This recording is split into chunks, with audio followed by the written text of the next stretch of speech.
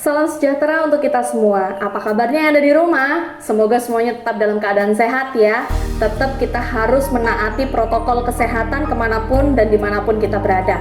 Nah, saya Francisca Teresia akan bersama-sama dengan kalian semua yang ada di rumah. Kita akan bersama-sama belajar tentang pelajaran kelas 12 yang diambil dari buku Pendidikan Agama Kristen dan Budi Pekerti yang dikeluarkan oleh Kementerian Pendidikan dan Kebudayaan Republik Indonesia cetakan tahun 2018. Dan yang kita akan bahas bersama adalah pelajaran 5 tentang multikulturalisme. Nah, asik nih tentang multikulturalisme. Sebelum kita melanjutkan lebih dalam lagi tentang apa itu multikulturalisme dan apa yang bisa kita lakukan dengan multikulturalisme, mari kita bersama memohon bimbingan dari Roh Kudus. Kita bersama berdoa. Mari kita berdoa. Bapa yang baik, sungguh kami mengucap syukur ya Bapa, karena Engkau telah memberkati kami di dalam keseharian kami.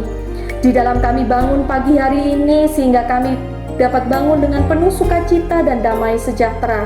Biarlah sukacita dan damai sejahtera itu terus mengikuti kami, memenuhi hati dan pikiran kami sepanjang hari ini. Sehingga kami pun dapat melakukan apa yang menjadi kehendak-Mu di dalam kehidupan kami. Tuhan, sebentar lagi kami akan bersama membahas dan juga belajar tentang pendidikan agama Kristen dan Budi Pekerti bab 5 terkhusus tentang multikulturalisme.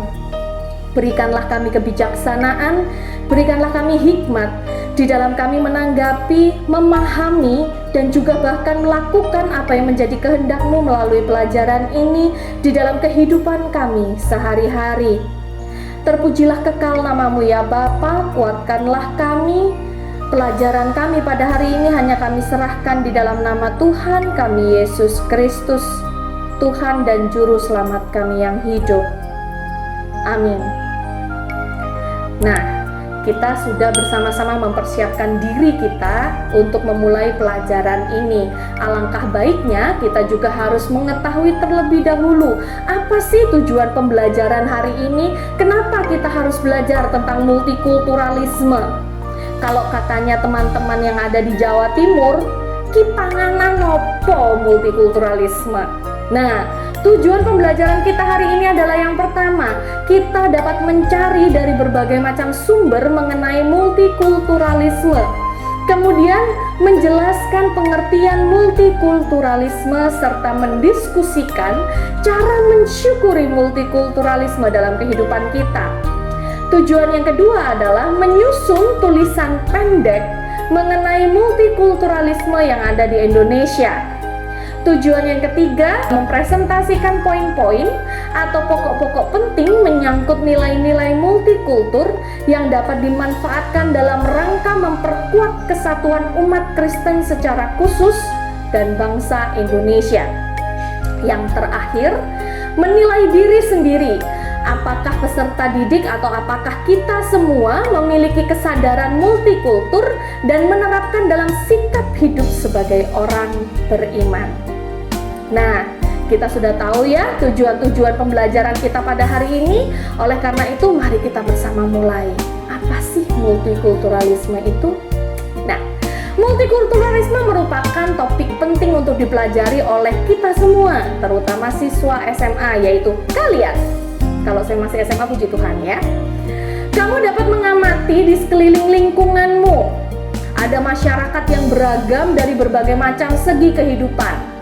Ada berbagai suku, kebangsaan, budaya, agama, kelas sosial, maupun gaya hidup.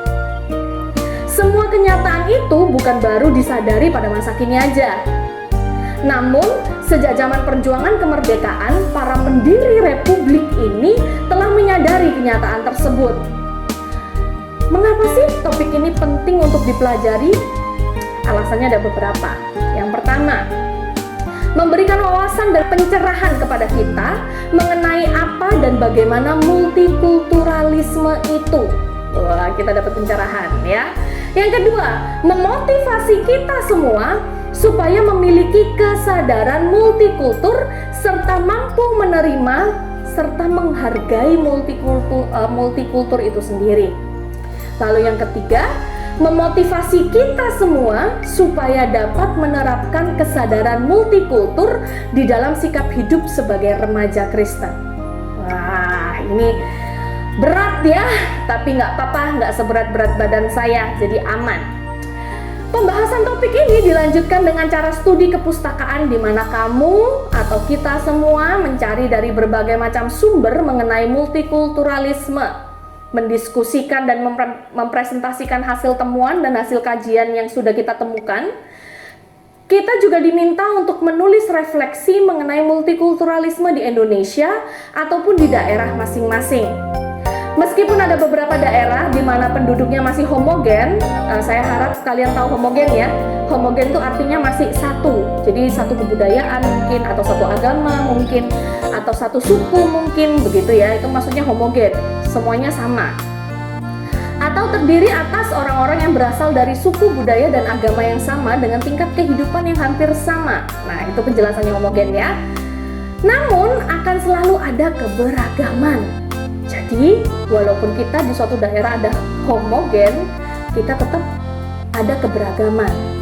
Walaupun kita satu suku, misalnya saya ini suku Jawa.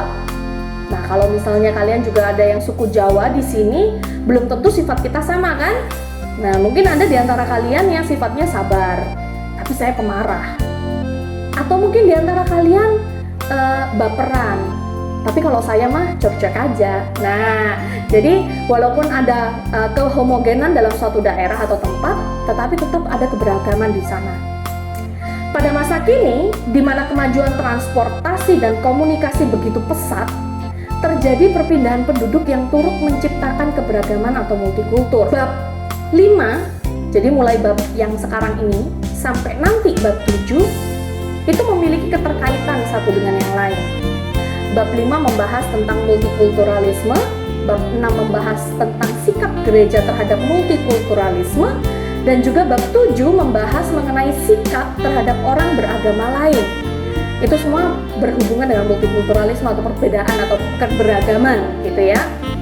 Pembahasan mengenai sikap terhadap orang beragama lain ditempatkan bersamaan dengan pembahasan mengenai multikulturalisme. Karena di Indonesia, pada umumnya, keberagaman melekat dalam identitas suku. Bahkan untuk kekristenan sendiri, gereja-gereja di Indonesia turut diwarnai oleh suku dan kebudayaannya.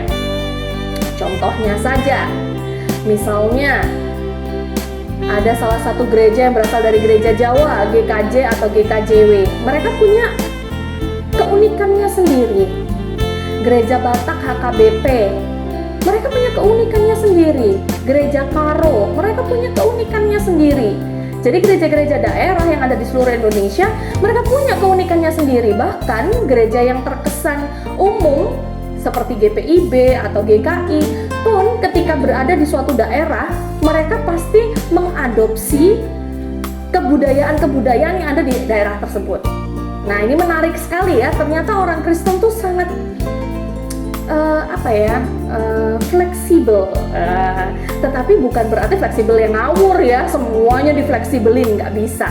Kita tetap punya aturan-aturan, yaitu aturan-aturan yang dari Allah yang harus kita perhatikan ketika kita mengadopsi sesuatu. Kita akan lanjutkan. Nah, kalian pasti telah mencari dari berbagai macam sumber mengenai multikulturalisme. Saya tahu mbah yang paling populer di antara kalian kalau soal searching kayak gini, ya kan? Kalian pasti paling gampang udah mbah Google aja multikulturalisme. Celing, begitu nggak ada penjelasan lebih lanjut, bingung. Begitu bingung nyalahin gurunya. Jangan ya. Nah, ketika kalian sudah mencari berbagai macam sumber tentang multikulturalisme, saya minta kalian mencoba untuk mengemukakan berbagai pandangan mengenai multikultur dan multikulturalisme. Nah tuh, ada multikultur dan multikulturalisme. Kemudian diskusikan dengan teman-teman kalian apa yang dimaksud dengan multikulturalisme. Dan apakah multikulturalisme itu merupakan kekayaan yang patut disyukuri, atau malah udah deh mendingan enggak dulu deh. Bagaimana caranya remaja SMA seperti kalian semua mensyukuri multikultur yang ada di Indonesia? itu. Yang pertama multikulturalisme, yang kedua bagaimana cara kamu mensyukuri multikultur. Setelah kalian diskusikan dengan teman kalian, boleh lewat WA, boleh lewat Zoom, boleh lewat Google Meeting, boleh lewat apapun gitu ya. Terserah, boleh FaceTime juga boleh. Tuliskan kesimpulan kalian mengenai multikultur dan multikulturalisme. Ya, sekarang kita coba kita bahas bersama-sama ya. Menurut saya, multikultur adalah, kalau menurut saya, multikultur adalah keberagaman yang ada di suatu tempat atau daerah yang kita alami. Jadi keberagaman apapun itu namanya multikultur, terutama tentang budaya. Karena kultur itu budaya, multi itu beragam. Jadi multikultur beragam budaya. Nah, sedangkan multikulturalisme adalah di mana-mana yang namanya isme itu pasti pandangan. Nah, jangan salah ya. Kalau multikultur itu berbagai macam budaya atau beragam budaya. Sedangkan multikulturalisme, kalau ada ismenya, itu adalah sebuah pandangan di mana seseorang atau sekelompok orang atau individu atau sekelompok individu, nggak tahu ya, mereka mencoba menerima keberagaman yang ada di dalam kehidupan mereka. Pandangannya, ya. Jadi kalau multikultur itu artinya secara letterlek gitu ya, secara letterlek bahwa itu keberagaman budaya. Tapi multikulturalisme itu pandangannya di mana seseorang atau sekelompok orang menerima keberagaman budaya yang ada di sekitarnya. Nah, lalu cara kita mensyukuri multikulturalisme itu sendiri bagaimana? Cara kita mensyukuri adanya pandangan untuk menerima berbagai macam budaya itu gimana cara kita? Misalnya, salah satunya, kalau ada teman yang mungkin kalau di Jawa ini kan kebanyakan rambut kita lurus ya. Kalau ada teman yang rambutnya berbeda dengan kita, ya kita nggak boleh ngejek. Itu udah pengetahuannya anak SD itu mah, ya saya nggak perlu beritahu, kalian pasti paham. Kalau ada misalnya di sekitar kita nih orangnya kulitnya gelap-gelap semua kayak saya ini kan kulitnya gelap ya termasuk ya. Terus tiba-tiba ada yang kulitnya terang sendiri. Terus kita merasa, kok situ terang sih? Nah, karena berbeda, terus kita mencoba untuk membuat dia keluar dari lingkaran kita. Nggak boleh. Itu bukan cara untuk mensyukuri.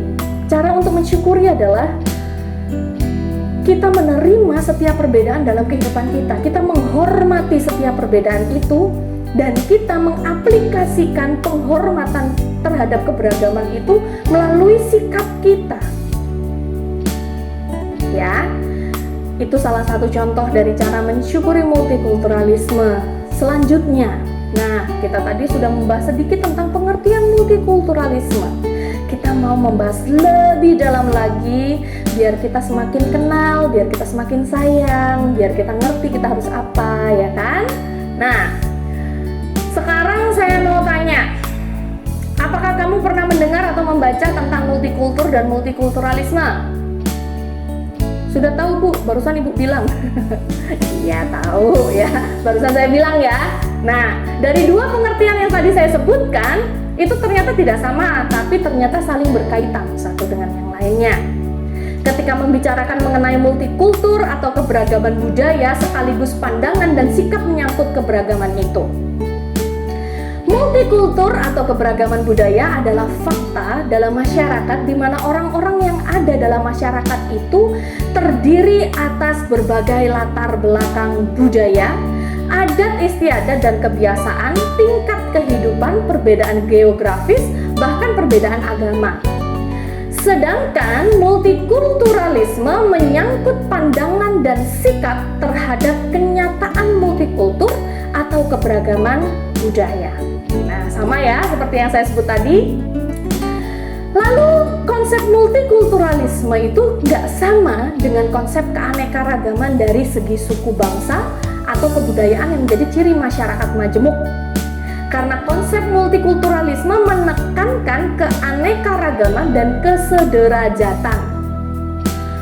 Multikulturalisme mengulas berbagai permasalahan yang tidak hanya menyangkut perbedaan budaya, tetapi juga mengandung ideologi, politik, demokrasi, penegakan hukum, keadilan, kesempatan kerja dan berusaha, hak asasi manusia, hak budaya komunitas golongan minoritas, dan prinsip-prinsip etika.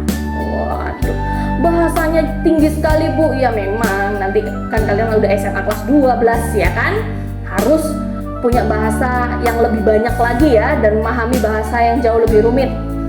Nah, jadi pengertian multikulturalisme adalah tuntutan untuk menerima serta memperlakukan semua orang di dalam berbagai perbedaannya sebagai manusia yang bermartabat dan makhluk mulia ciptaan Tuhan. Kalau bahasa kerennya nih ya, memanusiakan manusia. Mau manusia itu berbeda kayak gimana, ya memanusiakan manusia. Ya, ada prinsip keadilan dan persamaan yang erat kaitannya dengan hak asasi manusia dan demokrasi. Kita sudah pernah belajar itu ya beberapa bab yang lalu ya. Mengapa demikian? Pada mulanya sejak zaman kolonialisme atau zaman abang-abang bule zaman dulu ya, abang-abang bule yang suka tembak-tembakan kita itu ya, terjadi penindasan terhadap suku, bangsa, dan budaya masyarakat tertentu. Ada bangsa dan budaya tertentu yang menjadi begitu superior dan berkuasa, dan mereka cenderung menolak serta menindas suku, bangsa, dan budaya lain, bahkan agama lain. Setelah zaman kolonialisme berakhir pun, suku, bangsa, budaya maupun agama mayoritas masih menjalankan praktek penindasan dan pengabaian terhadap kaum minoritas maupun yang tidak dipandang. Ya, atau yang dipandang kamu nggak punya suara deh gitu ya. Nah, bahkan sampai dengan saat ini kamu dapat membaca berbagai macam informasi, melihat maupun menonton media elektronik bahwa masih ada orang-orang dari kelompok tertentu yang diperlakukan secara tidak adil maupun susah memperoleh akses ke berbagai bidang kehidupan. Ngeri ya. Coba bayangin kalau ternyata kita yang mengalami hal tersebut. Atau mungkin kalian sudah mengalami itu. Berbagai kenyataan tersebut melahirkan sebuah pandangan baru mengenai multikulturalisme dan pluralisme.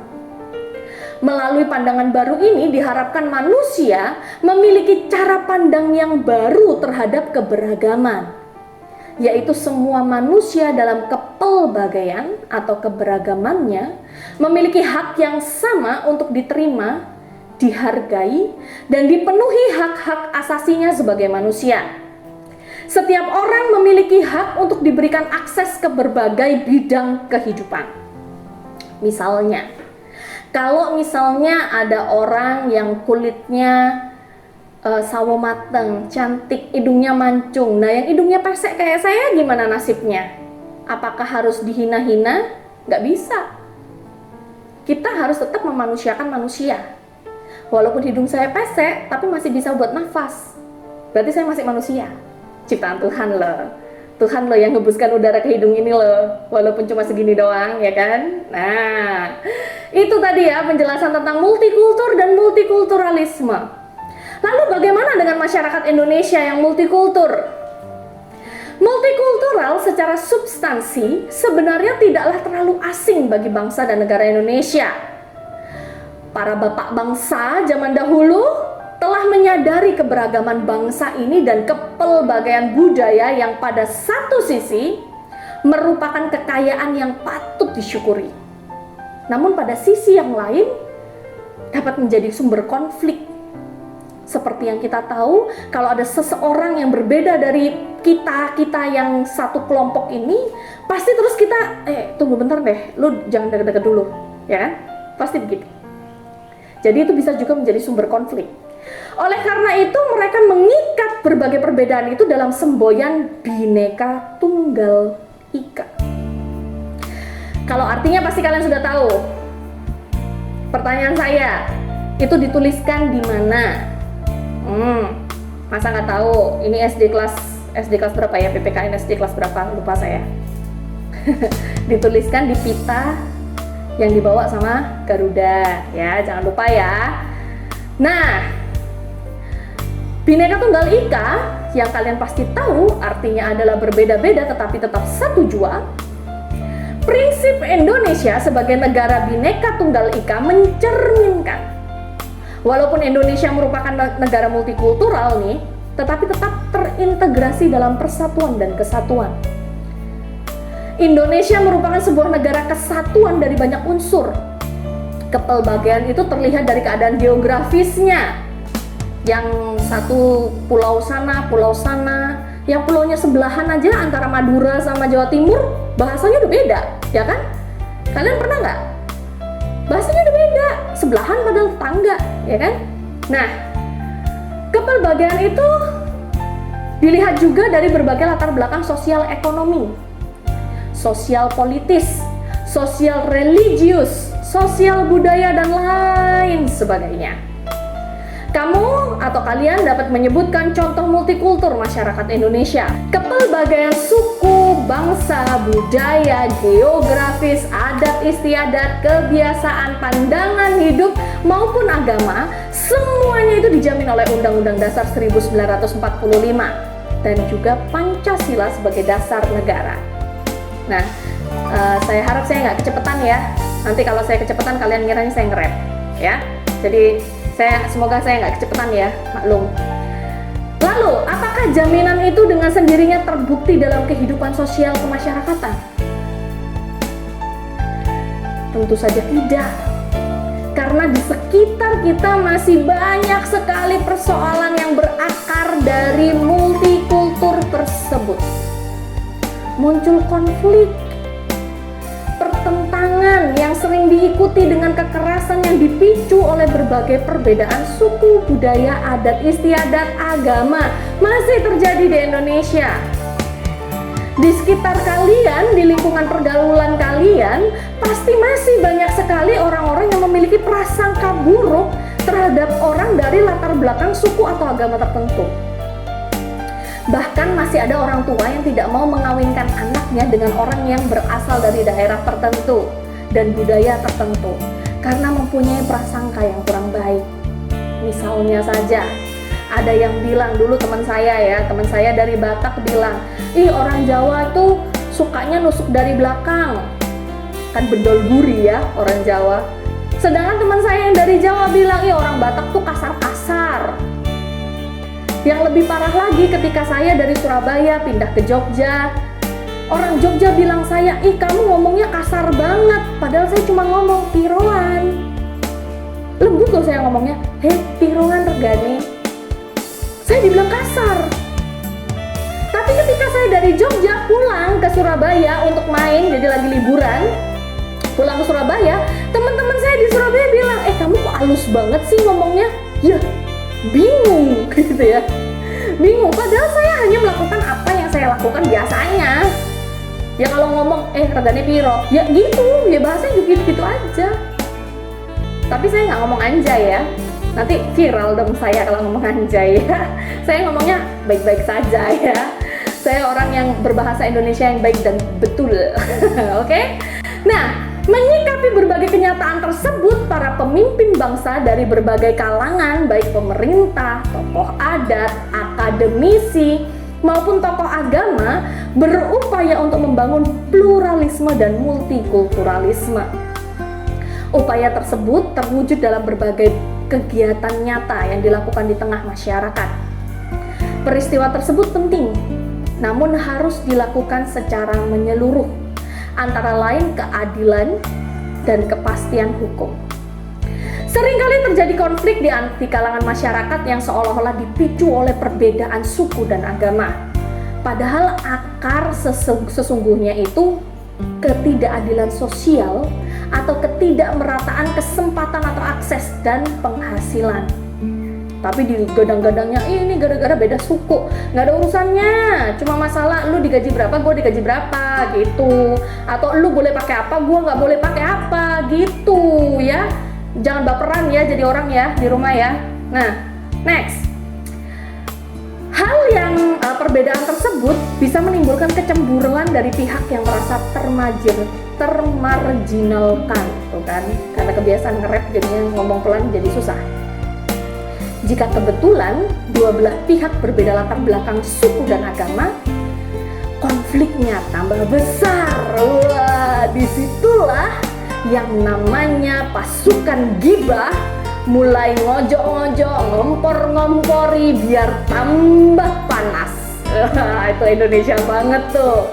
Ya, hati-hati nih ya generasi muda Indonesia. Jangan sampai kalian jadi orang-orang yang seperti itu ya. Tetapi jadilah orang yang betul-betul dapat membuka pikiran kita untuk menerima multikulturalisme yang ada di Indonesia. Nah, ketika konflik dari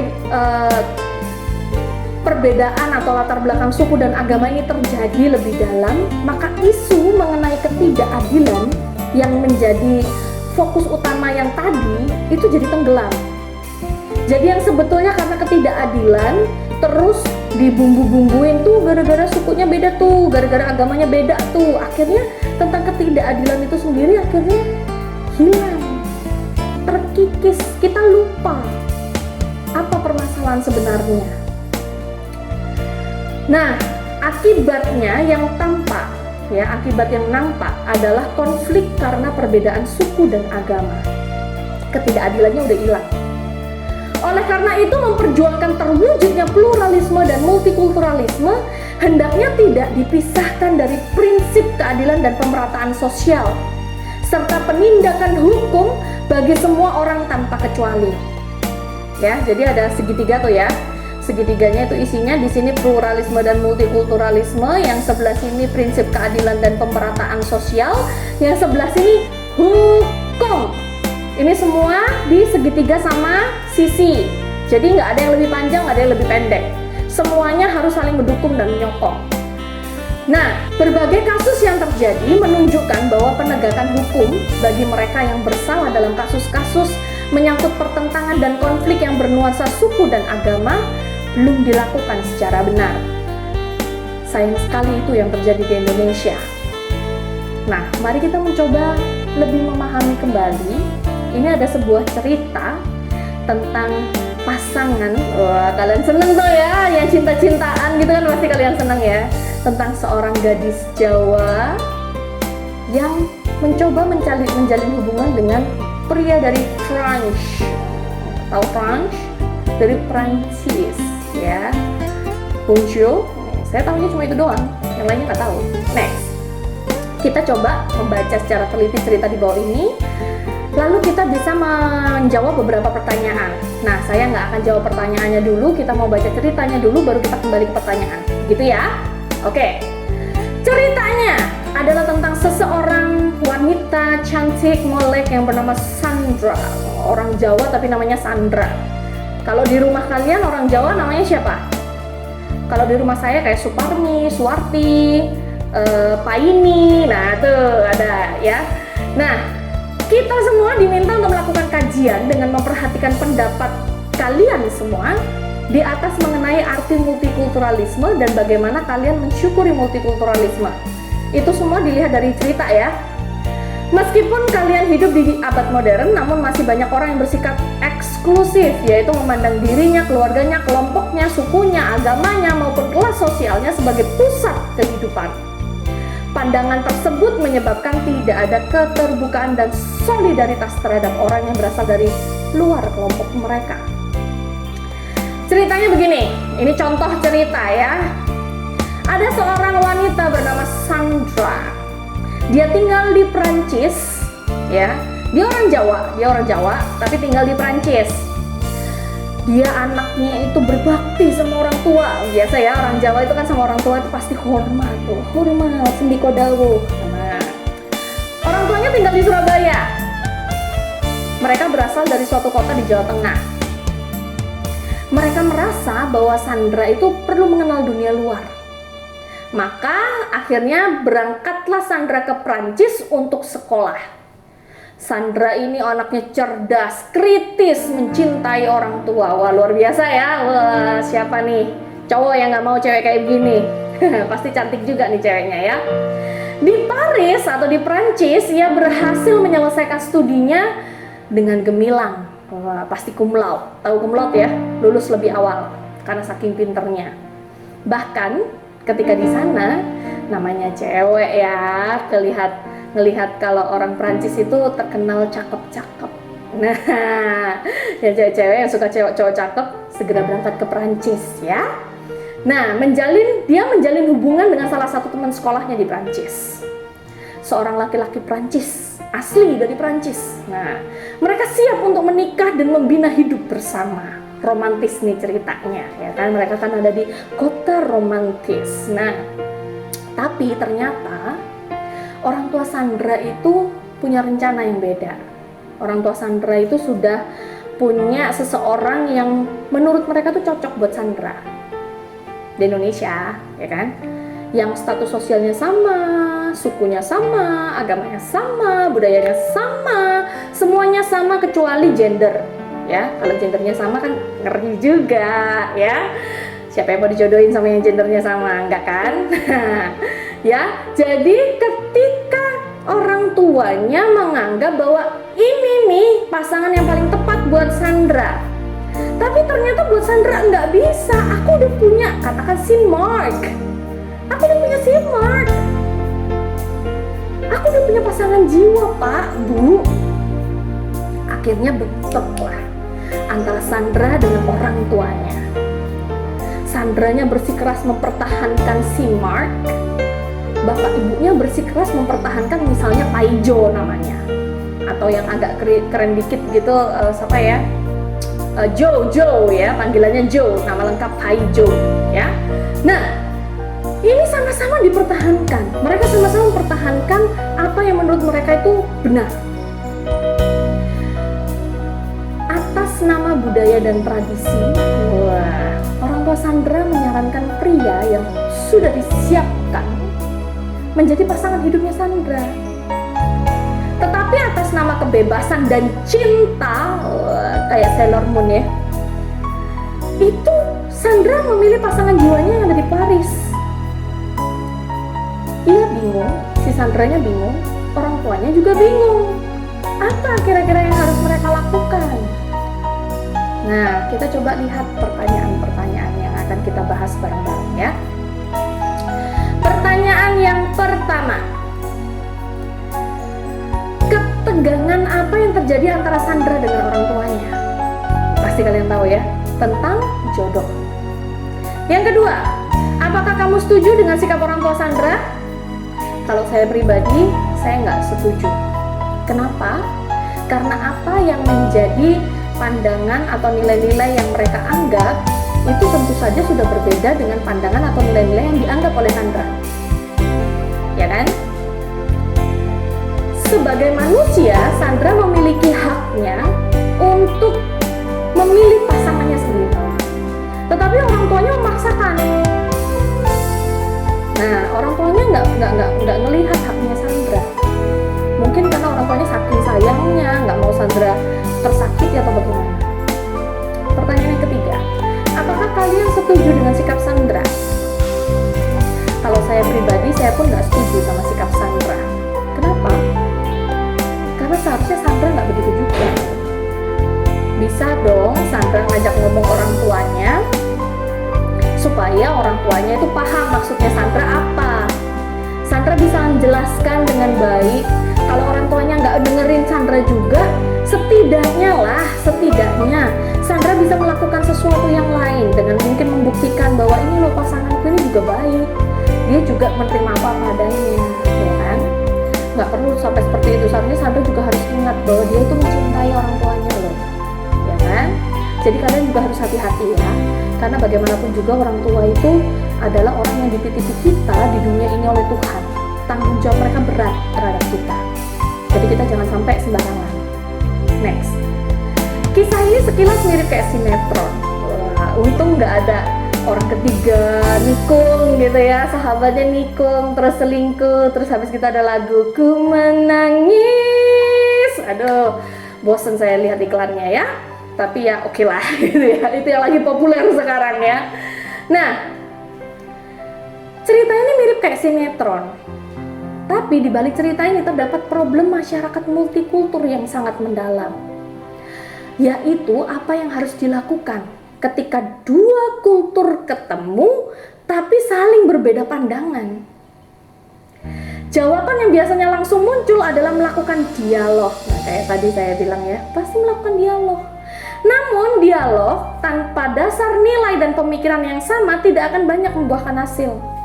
Seperti tadi saya bilang, kalau orang tuanya tetap ngeyel nggak mau gimana? Sandra juga ngeyel nggak mau. Dialog hanya menjadi gosip ataupun ngerumpi semata yang seringkali berakhir dalam kebuntuan. Berdasarkan kejadian tersebut, yang diperlukan adalah menemukan dasar nilai yang sama untuk menjadi titik tolak dari dialog. Sebelum itu, inti masalah dari ketegangan kultural yang terjadi juga perlu dipahami dulu. Pada titik inilah, wacana multikulturalisme menemukan relevansinya. Nah, sudah paham ya apa yang menjadi dilemanya Sandra? Oleh karena itu, mari kita mencoba melihat lebih dalam lagi apa sih kata Alkitab. Tadi kan kita sudah lihat kenyataan hidup sehari-hari ya. Nah, sekarang kita coba tahu apa sih kata Alkitab tentang multikulturalisme. Alkitab tidak berbicara secara khusus mengenai multikulturalisme, namun dalam kaitannya dengan kasih, kebaikan, kesetaraan, dan keselamatan itu diberikan bagi semua manusia tanpa kecuali. Tanpa kecuali, ya. Dalam kitab Perjanjian Baru, dalam Galatia 3 ayat 28, saya bacakan Galatia 3 ayat 28, yang demikian firman Tuhan.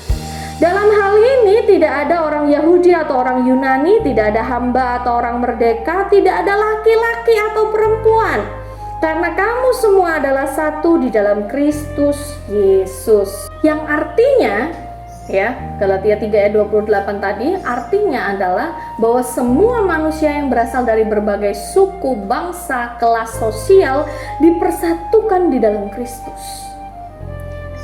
Kasih Kristus itu diberikan bagi semua orang tanpa memandang asal-usul mereka.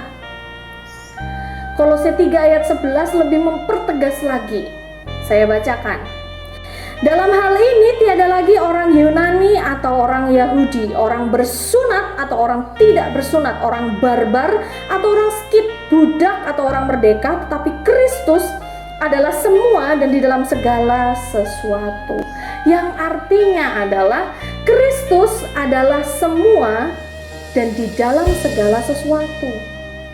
Menjadi manusia baru dalam Kristus berarti manusia tidak lagi melihat sesamanya dari perbedaan latar belakang, suku, agama, bangsa, budaya, kelas sosial, pandangan hidup, kebiasaan, dan yang lain-lain. Menjadi manusia baru artinya orang beriman yang telah menerima keselamatan dalam Yesus Kristus wajib menerima, menghargai, dan mengasihi sesamanya tanpa memandang berbagai perbedaan yang ada. Ketika membaca kitab Perjanjian Lama, terutama pada 5 kitab pertama, Kejadian, Keluaran, Imamat, Bilangan, Ulangan, ada kesan seolah-olah Allah membentuk Israel sebagai bangsa yang eksklusif dan menjauhkannya dari bangsa-bangsa lain. Hal ini melahirkan pemikiran seolah-olah Allah mengabaikan bangsa lain, seolah-olah Allah menolak mereka. Akan tetapi dalam tulisan kitab Perjanjian Lama, ketika Israel masuk ke tanah Kanaan, ada seorang perempuan beserta keluarganya yang diselamatkan karena perempuan itu telah menolong para pengintai. Nampaknya yang menjadi fokus utama dalam kitab Perjanjian Lama adalah bagaimana Allah mempersiapkan Israel sebagai bangsa yang akan mewujudkan ibadah dan ketaatannya pada Allah.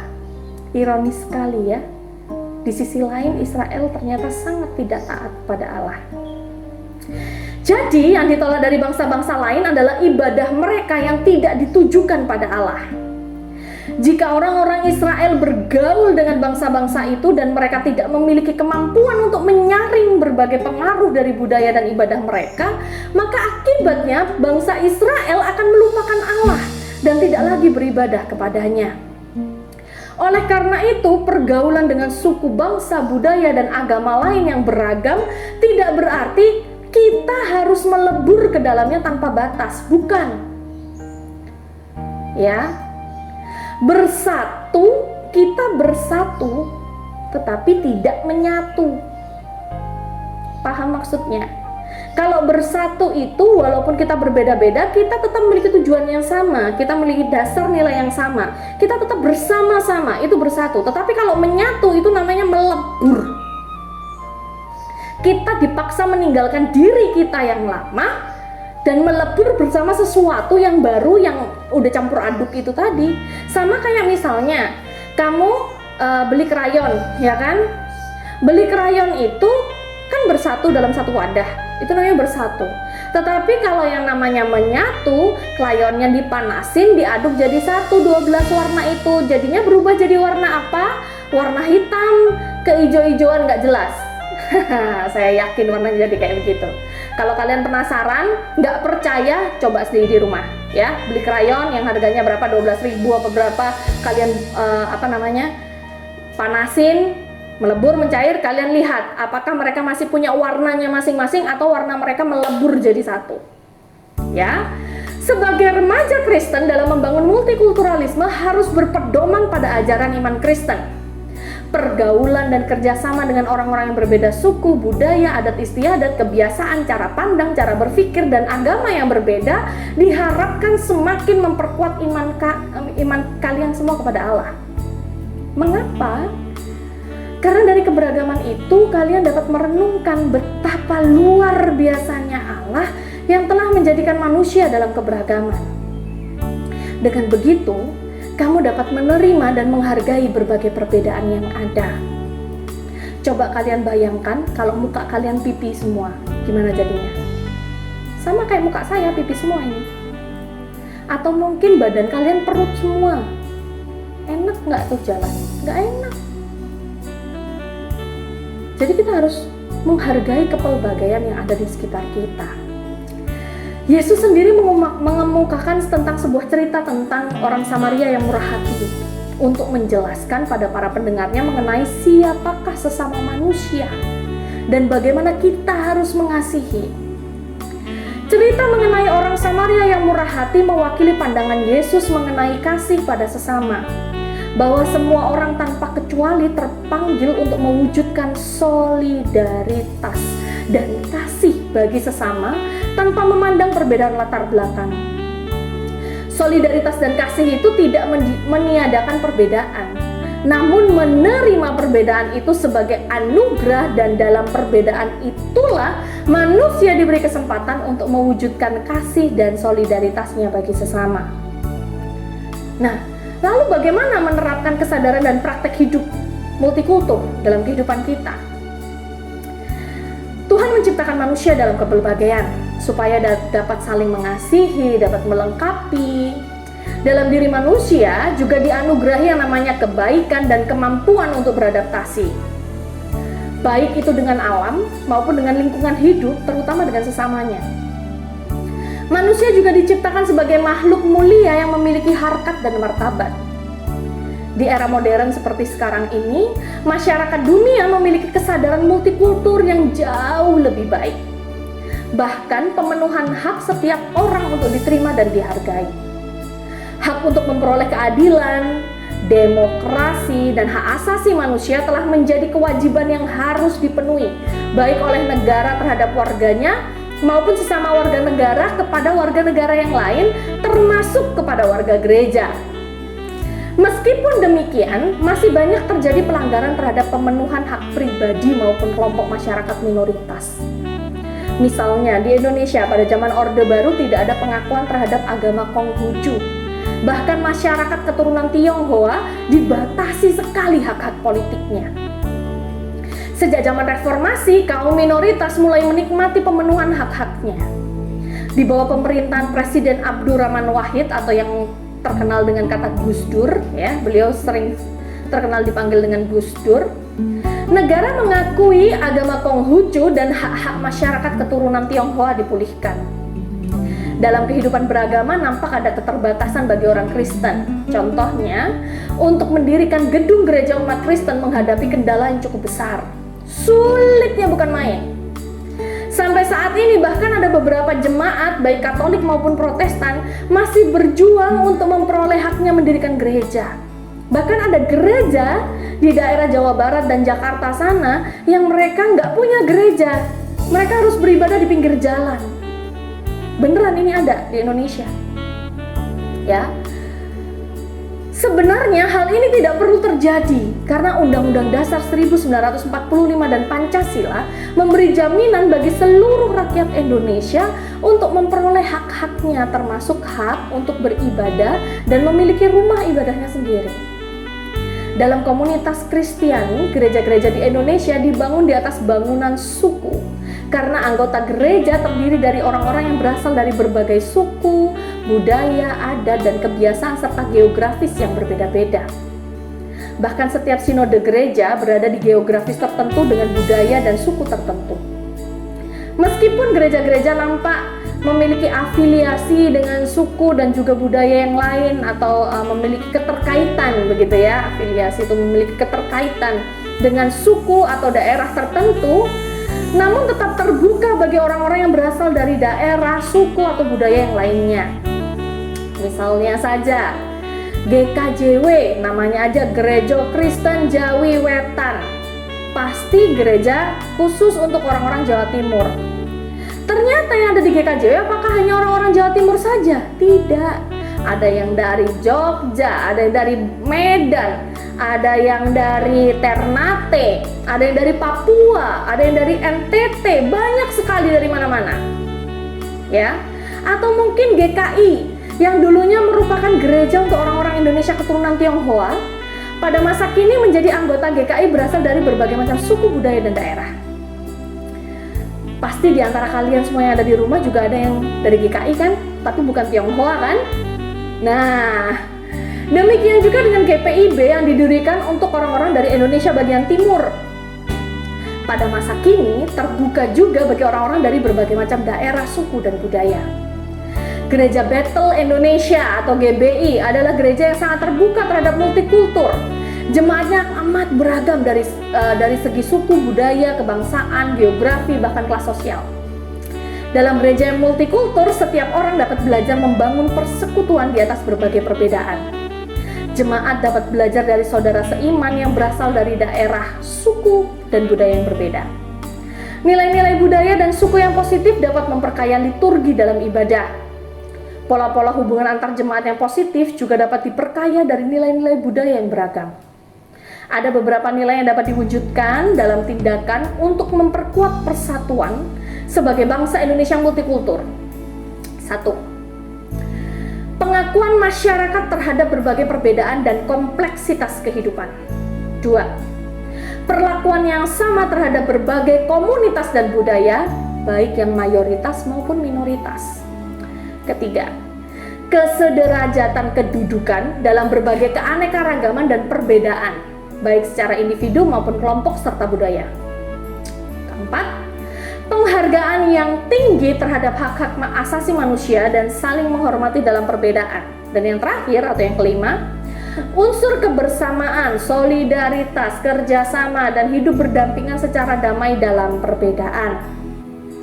Beberapa poin di atas, ya, dari 5 poin di atas, merupakan nilai-nilai yang dapat dibangun dalam membina kehidupan bersama sebagai bangsa yang multikultur. Peran pendidikan dan pola asuh dalam keluarga amat penting untuk menanamkan nilai-nilai tersebut. Pada masa kini sudah banyak tokoh nasional dan pemerhati pendidikan yang menganjurkan untuk memberlakukan pendidikan multikultural di sekolah dan perguruan tinggi. Hal ini penting mengingat pendidikan merupakan salah satu unsur yang dapat menjadi kekuatan untuk mengubah masyarakat. Pendidikan menjadi pendorong perubahan yang efektif bagi individu dan masyarakat. Nah, sikap yang harus dihindari dalam membangun masyarakat multikultural yang rukun dan bersatu. Kira-kira sikap-sikapnya seperti apa yang harus kita hindari? Nah, kita mau sama-sama melihat. Yang pertama adalah primordialisme. Yang kedua etnosentrisme. Yang ketiga diskriminatif. Yang keempat stereotip. Yang kelima sudah cukup ya, jangan banyak-banyak, nanti kalian muntah nanti ya. Nah, kita mau bahas dulu yang pertama, primordialisme. Waduh, bahasa apa lagi ini, Bu? Wah, saya juga bingung nih bahasa apa. Kita mau cari tahu sekarang kita mau cari tahu dulu. Primordialisme artinya adalah perasaan kesukuan yang berlebihan. Nah, tuh orang-orang yang lebay di luar sana ya, yang merasa sukunya adalah pemilik dunia, hati-hati ya. Itu artinya adalah sikap primordialisme yang kita harus buang jauh-jauh dari kehidupan kita. Karena kita hidup di dunia ini nggak cuma satu suku aja. Ada ratus ribuan, bukan ratusan ribuan, tapi ratus ribuan, jutaan, bahkan mungkin miliaran suku di seluruh dunia. Menganggap, jadi primordialisme ini adalah ya pandangan yang menganggap bahwa suku bangsanya sendiri yang paling unggul, yang paling maju, yang paling baik, wes pokoknya kalau katanya orang-orang brown titik bintang-bintang is itu ya yang ada di trans bintang-bintang, tahu kan? Itu lo nggak salah gitu kan? Gue yang salah, wes pokoknya lu baiknya deh, lu baiknya aja, gue yang jelek-jeleknya gitu ya. Nah, sikap ini nggak baik untuk dikembangkan karena Indonesia itu adalah negara yang multikultural. Kalau sikap ini ada di dalam diri warga suatu bangsa, maka kecil kemungkinan untuk mereka bisa menerima keberadaan suku bangsa yang lain. Dan itu artinya mati buat Indonesia. Karena Indonesia ini negara kesatuan. Gak bisa kalau kita hanya memikirkan satu suku saja. Selanjutnya, etnosentrisme. Aduh, bahasa macam apa lagi ini, Bu? Nah, kita mau cari tahu. Etnosentrisme artinya adalah sikap atau pandangan yang berpangkal pada masyarakat dan kebudayaannya sendiri. Biasanya itu disertai dengan sikap dan pandangan yang meremehkan masyarakat atau kebudayaan yang lain. Indonesia dapat maju dengan bekal kebersamaan, sebab tanpa itu yang muncul adalah disintegrasi sosial. Apabila sikap dan pandangan ini dibiarkan, maka akan memunculkan provinsialisme, yaitu paham atau gerakan yang bersifat kedaerahan, dan eksklusivisme, yaitu paham yang mempunyai kecenderungan untuk memisahkan diri dari masyarakat. Wah, ini parah ini. Kalau di Indonesia ada yang kayak gini, waduh, hati-hati sekali saudara-saudara ya. Jadi hati-hati sekali. Yang ketiga yang harus kita hindari dan buang jauh-jauh dari kehidupan kita adalah diskriminatif. Nah, ini bahasa ini pasti kalian tahu betul. Diskriminatif adalah sikap yang membeda-bedakan perlakuan terhadap sesama warga negara berdasarkan warna kulit, golongan, suku, bangsa, ekonomi, agama, dan lain-lain. Lu nggak punya duit, gua tajir, jadi lu jangan deket-deket gua, sentuh gua aja jangan, gua hirup udara bareng sama lu aja gua udah najis. Nah, itu diskriminatif ya, jangan sampai kita kayak begitu ya. Nah, sikap diskriminatif ini sangat berbahaya untuk dikembangkan karena bisa memicu munculnya antipati terhadap sesama warga negara. Lalu yang terakhir yang harus kita tendang jauh-jauh dari kehidupan kita adalah stereotip. Nah nih, salah satu musuh terbesarnya manusia Indonesia ya. Kita sebagai manusia Indonesia seharusnya tidak melakukan ini. Stereotip adalah konsepsi mengenai sifat suatu golongan berdasarkan prasangka yang subjektif dan tidak tepat. Contoh, handphone kalian di meja tiba-tiba hilang, ada temen yang nggak sengaja lewat, langsung kita asal tuduh, lu ya yang ambil handphone gua, ternyata handphonenya ada di saku belakang, kita lupa. Itu namanya stereotip. Ketika ditanya, loh emang salahku apa? Lu salah, muka lu jelek, muka lu kayak preman, pasti lu kan yang ngambil. Nah, cuma gara-gara muka. Nggak boleh. Don't judge the book by its cover. Tapi baca dulu isinya, kali aja itu berguna buat hidup lu. Ya. Jangan keburu-buru langsung tendang, tuduh orang. Aduh, susah hidup nak ya. Nah, Indonesia memang memiliki keragaman suku bangsa dan masing-masing suku bangsa punya ciri khas. Tidak tepat jika perbedaan itu kita besar-besarkan hingga membentuk sebuah kebencian. Nah, tadi kita sudah tahu apa aja yang harus kita buang jauh-jauh dari kehidupan kita. Sekarang, apa sih sumbangan multikulturalisme dalam memperkuat persatuan umat Kristen dan bangsa Indonesia? Nah, nggak hanya kita aja yang harus jaga ya, tetapi multikulturalisme itu juga apa nih sumbangannya buat kita? Nah, berdasarkan pembahasan yang sudah kita lakukan di atas, tulis poin-poin penting menyangkut multikulturalisme yang dapat memperkuat persatuan umat Kristiani dan bangsa Indonesia. Contohnya, yang pertama, sumbangan multikultur bagi persatuan umat Kristiani. Contohnya apa? Yang pertama, Alkitab yang diterjemahkan dalam berbagai macam bahasa daerah. Bukan bahasa dunia, tapi bahasa daerah ya. Yang kedua, banyak nilai-nilai daerah atau budaya yang diambil ke dalam sebuah liturgi untuk menonjolkan kepelbagaian yang ada dalam liturgi gereja.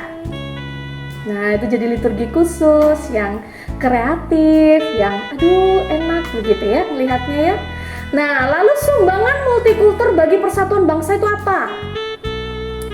1. Pengakuan terhadap berbagai perbedaan. 2. Perlakuan yang sama terhadap komunitas dan budaya, nggak ada pilih-pilih lagi, nggak ada diskriminatif lagi. 3.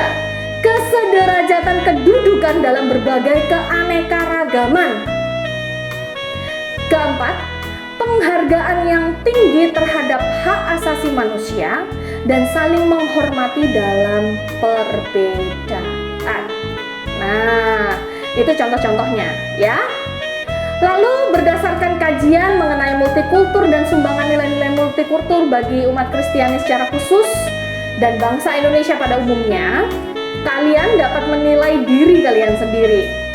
Apakah kalian sudah mempraktekkan sikap-sikap hidup yang menerima dan menghargai multikulturalisme? Nah, berikut ini ya, kita lihat di halaman 81. Di sana itu ada tertulis nama, kelas, tanggal, lalu ada nomor, nilai-nilai multikultur, lalu sikap saya bagaimana? Tidak pernah, jarang, seringkali, selalu. Tolong diisi dengan jujur, sejujur-jujurnya. Misalnya nomor 1, nilai-nilai multikulturnya adalah solidaritas terhadap sesama. Kamu tidak pernah melakukan, jarang melakukan, seringkali melakukan, atau selalu melakukan. Centang salah satu.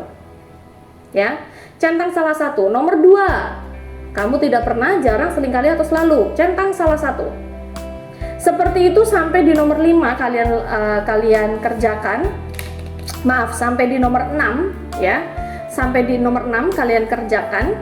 Lalu setelah itu ada penilaiannya. Nah, penilaiannya berapa ya skornya? Kalian hitung coba. Skornya bagaimana? Kalau skor kalian tinggi, ya, angkanya semakin besar, berarti kalian semakin sering melakukan diskriminasi, melakukan etnosentrisme, melakukan primordialisme, melakukan stereotip. Nah, berarti kita masih belum multikulturalisme. Kita masih belum bisa menghargai multikultural yang ada di sekitar kita. Tetapi semakin kecil nilai kamu, berarti kalian semakin COPBGC ya, top banget ya. Nah, sekarang kalian coba lihat. Kalau sudah dilihat, sudah dinilai, kalian lihat, oh ya, untuk melihat atau menilai diri sendiri ya, kira-kira apa aja yang harus saya perubah, apa yang harus saya tingkatkan, gitu ya. Lalu rangkuman dari semua materi pembelajaran kita pada hari ini, saya akan mencoba merangkumkan untuk kalian. Allah menciptakan manusia dalam kepelbagaian suku, bangsa, ras, budaya, geografis, agama, adat, serta kebiasaan. Kepelbagaian itu tentu mempengaruhi cara pandang seseorang terhadap kehidupan. Namun demikian, harkat dan martabat semua manusia sama di hadapan Allah.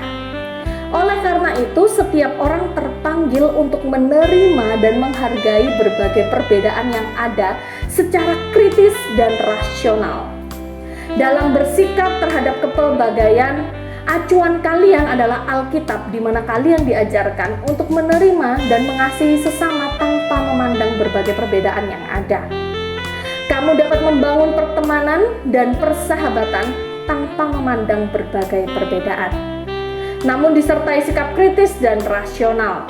Artinya, menyaring hal-hal yang positif dan negatif berdasarkan ajaran Alkitab. Nah, demikian pembelajaran kita tentang multikulturalisme pada hari ini.